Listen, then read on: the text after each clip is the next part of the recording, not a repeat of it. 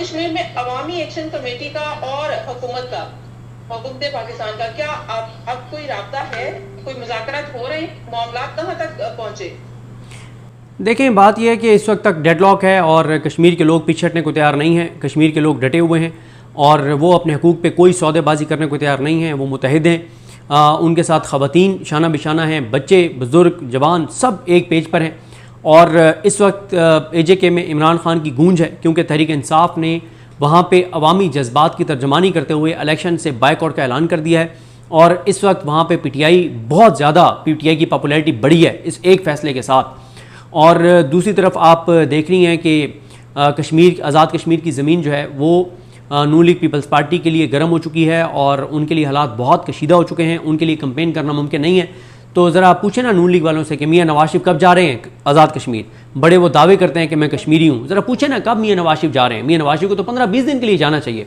आज बीबी के बाद मेरा ख्याल है कि वो जाएंगे नहीं। हाँ, कहेंगे वो कश्मीरी अपने आप को कहते हैं, कश्मीरी हैं, लेकिन वो GB के बाद अब इलेक्शन कैंपेन के लिए तो एटलीस्ट नहीं जाएंगे। बिल्कुल। उसकी एक वजह तो मोहम्मद मालिक साहब ने बताई थी कि मियाँ नवाज शरीफ साहब को शटअप कॉल दी गई है और उनको कहा गया कि आप पावर अरीना से बाहर हो जाएं, आपका कोई काम नहीं है। और मियाँ साहब ने वहाँ जो तकरीर की, मुझे क्यों निकाला, वो नेगेटिव गई और मियाँ साहब को मुस्तरद किया GB के लोगों ने।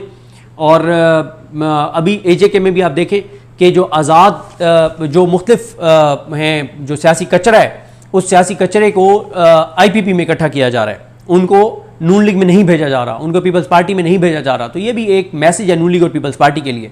और वो है ना, वो जो एक जॉन एलिया का शायद शेर था कि मैं भी इतना अजीब हूँ कि बस ख़ुद को तबाह कर लिया और मलाल भी नहीं। इन्होंने ख़ुद को तबाह भी कर लिया है और इनको मलाल भी नहीं है। इन्होंने 4 साल में जो मुँह काला किया है सियासी तौर पर अपना, और अब हालत यह है कि इनके अपने प्रोमिनेंट लोग हमें बताते हैं कि हम अपने इलाकों में अपनी फैमिली के साथ किसी ढाबे पे भी चाय पीने नहीं जा सकते।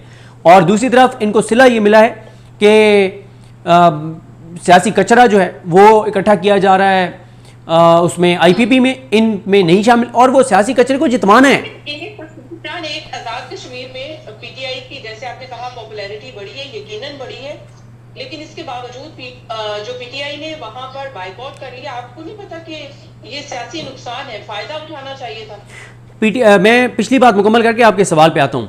तो एक तो नून लीग और पीपल्स पार्टी के लिए शर्मिंदगी, रुसवाई और पसपाई की इससे बड़ी बात क्या हो सकती है कि उनमें शामिल नहीं करवाया जा रहा जो वहाँ पे टिकट इलेक्शन लड़ने वाले हैं, उनको, जिनको जितवाना है। दूसरा, ये भी नून लीग को समझ आ गई है कि हमने अपना सियासी तौर पे मुंह भी काला करवा लिया और हमने अपने आप को तबाह और बर्बाद भी कर लिया। और अब जिस तरह से टीवी चैनल्स पे उनके खिलाफ खबरें चलवाई जा रही हैं, अरबों रुपए खिला के भी टीवी चैनल्स को आज वो इतने बेबस हैं कि टीवी चैनल के ऊपर अपनी फैमिली की एक इतनी घटिया स्टोरी जो उनके हवाले से है वो नहीं रुकवा पा रहे। जो आपने बात की, अगर PTI ये इलेक्शन लड़ती तो ये कश्मीर के लोगों की पीठ में छुरा घोंपने के मुतरादिफ था। क्यों? क्योंकि आज़ाद कश्मीर के लोगों का फैसला है कि हमें इलेक्शन नहीं, पहले हमें ये हकूक चाहिए। और ये 12 सीटें जो धांधली के लिए आपने रखी हुई हैं अपनी जेब में पाकिस्तान पूरे में, ये नहीं चाहिए। इस वक्त जो Jamaat, Noon League Peoples Party, JUF, IPP, जो जमात इलेक्शन में जाएगी, कश्मीरियों की पीठ में छुरा घोंपेगी वो जमात, और कश्मीरी उनके और कश्मीरियों की आने वाली नस्लें इनको माफ़ नहीं करेंगी। PTI का फैसला बिल्कुल दुरुस्त है। ना PTI के पास बल्ले का निशान था, ना उनके पास मेन उम्मीदवार होने थे। जो उम्मीदवार होते भी तो वो इलेक्शन नहीं लड़ सकते थे, कंपेन नहीं कर सकते थे। जीत जाते तो उनको फॉर्म 47 के जरिए हरा दिया जाता। अगर कोई जीत भी जाता तो उसको लोटा बना दिया जाता। और अगर PTI को AJK की हुकूमत मिल भी जाती तो कौन सा वो तीर मार लेते, जब वफाक में यहाँ पे नून लीग बैठी हुई है और पीपल्स पार्टी बैठी हुई है और इस्टेब्लिशमेंट के खिलाफ है। तो ये बहुत अच्छा फैसला है। PTI ने बायकॉट करके AJK के इलेक्शन की लीजिटिमेसी को ख़त्म कर दिया है, बर्बाद कर दिया है। अब उसकी कोई हैसियत, कोई औकात उस इलेक्शन की नहीं रह गई। PTI के इस फैसले को तो आप सराह रहे हैं, लेकिन PTI के इस फैसले जो भी होने जा रहे हैं उस पर आप क्या कमेंट करेंगे? क्या खबर है आपके पास कि PTI इस वक्त मुज़ाकरात का दरवाजा भी ओपन करके बैठी थी और अभी ये आ रहा है, सुनने में आ रहा है कि अब कोई किसी किस्म का मार्च की तैयारी हो रही है। तो ये मुज़ाकरात का रास्ता यानी कि बंद होने जा रहा है, अब मार्च की तैयारी हो रही है। देखें, जुलाई में तो कुछ PTI एजिटेशन नहीं करेगी और PTI ऑन रिकॉर्ड ये बात नहीं मान रही, लेकिन इस वक्त उनकी इंगेजमेंट ही चल रही है और वो बहुत कॉन्फिडेंट है कि हमारी इंगेजमेंट बिल्कुल ठीक चल रही है और वो बहुत पुरएतमाद हैं। और हम तो उन्हें बार बार कहते हैं कि 4 साल में हर बार आपके साथ धोखा हुआ है। वो कहते हैं कि इस बार मामला सीरियस हैं। फिर हम उनसे पूछते हैं कि ये बताएं कि कब तक आप ये जो आपके साथ वादे वहीद किए गए हैं कब तक देखेंगे। तो वो ये कहते हैं कि हम जुलाई के एंड तक देखेंगे। तो पीटीआई अगर एजिटेशन की तरफ जाएगी तो वो अगस्त में मोमेंटम बनाना शुरू करेगी और मेरा ख्याल है कि फिर अगस्त सितंबर 2 महीने तो उनको लगेंगे मोमेंटम बनाने में।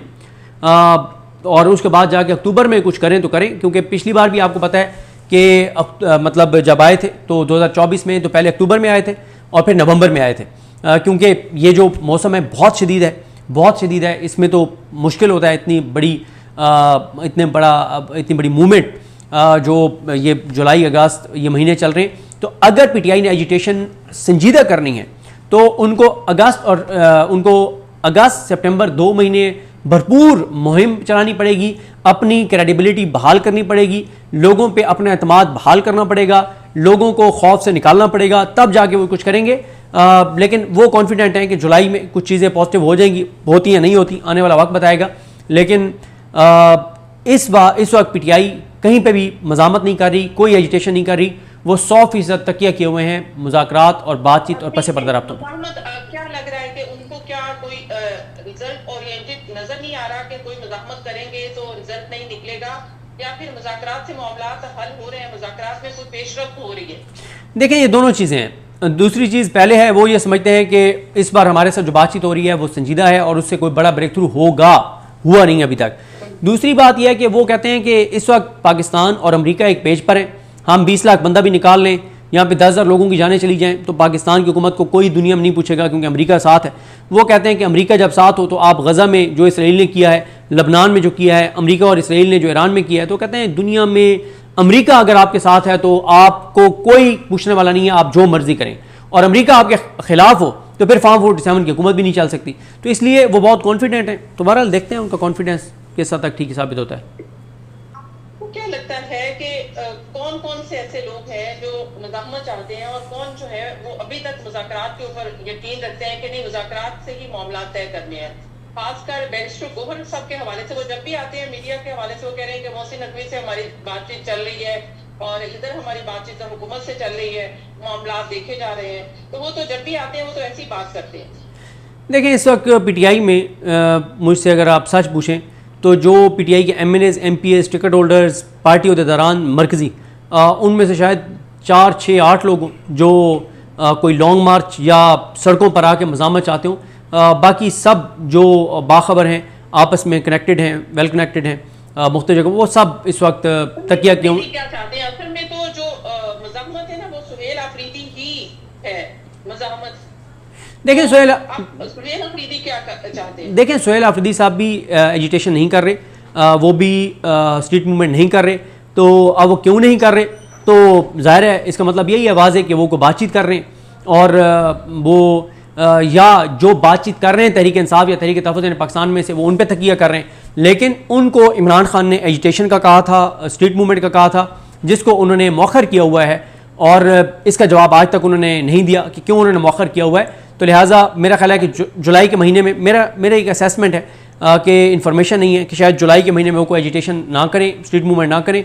जो भी अब पीटीआई ने करना है वो अगस्त में जाके करना है, अगर जुलाई में कोई पॉजिटिव चीज़ नहीं होती तो। अच्छा, बहुत सारे जर्नलिस्ट ये खबरें ब्रेक कर रहे हैं कि पीटीआई के बहुत सारे ग्रुप्स हैं, कोई एस्टैब्लिशमेंट के साथ राब्ते में है, कोई राना सनाउल्लाह के साथ राब्ते में है, कोई इसके अलावा मोहसिन नकवी साहब के साथ राब्ते में है। तो मुख्तलिफ ग्रुप्स हैं जो राब्ते में है और एक अगर ग्रुप मुतहरिक होता है तो दूसरा ग्रुप जो है उसकी टांग खींच लेता है। तो कहीं पर भी बात बन नहीं पा रही इसी वजह से। क्या ऐसा ही है? देखिए, ये बातें बहुत ज़्यादा हो गई हैं, लोग अब सुन के थक गए, अक गए हैं। ये बात सबको पता है कि पीटीआई इंटरनली ख़त्म हो चुकी है और आपस में लड़ाइयाँ हैं, दुश्मनियाँ हैं, मुखालफतें हैं, एक दूसरे की टांगें खींचते रहते हैं। अब ये टॉपिक इररिलेवेंट है, इसके ऊपर क्या बंदा बात करे। लेकिन तहरीक तहफ़्फ़ुज़ आईन पाकिस्तान का किरदार कैसा देखते हैं? अब तक जब से ऑपोजिशन लीडर बने हैं महमूद अचकज़ई साहब और अल्लामा राजा नासिर अब्बास साहब, उन्होंने जो मुज़ाकरात के लिए कोशिशें की हैं, आपको क्या लगता है उनमें कोई ब्रेक थ्रू हो सकता है? एक्सपेक्टेड है। जो तहरीक तहफ़्फ़ुज़ पाकिस्तान से बाखबर लोग हैं यानी जो PTI के लोग तहरीक तहफ़्फ़ुज़ पाकिस्तान के साथ इंगेज्ड हैं, उनको करीब से देखते हैं, वो ये कहते हैं कि तहरीक तहफ़्फ़ुज़ पाकिस्तान आपको सरप्राइज़ देगी और बहुत बड़ा सरप्राइज़ देगी। अब वो कब देगी, कैसे देगी, कहाँ देगी, क्या होगा, इसका इंतज़ार है। जैसे सब इंतज़ार कर रहे हैं, हम भी इंतज़ार कर रहे हैं, लेकिन वो ये कह रहे हैं कि बहुत बड़ा सरप्राइज़ तहरीक तहफ़्फ़ुज़ पाकिस्तान आपको देगी। अब कब देगी, कैसे देगी, इसका इंतज़ार है। ये भी कहा गया जब अचकज़ई साहब मुतहरिक हुए, और ये भी कहा गया कि खान साहब को एक बार फिर से ऑफर की गई है कि आप इस सिस्टम को चलने दें और तकरीबन 2029 तक 30 तक चलने दें। मुनीर फारूक साहब ने कहा तो आप उसके बाद आ जाए इलेक्शन लड़े।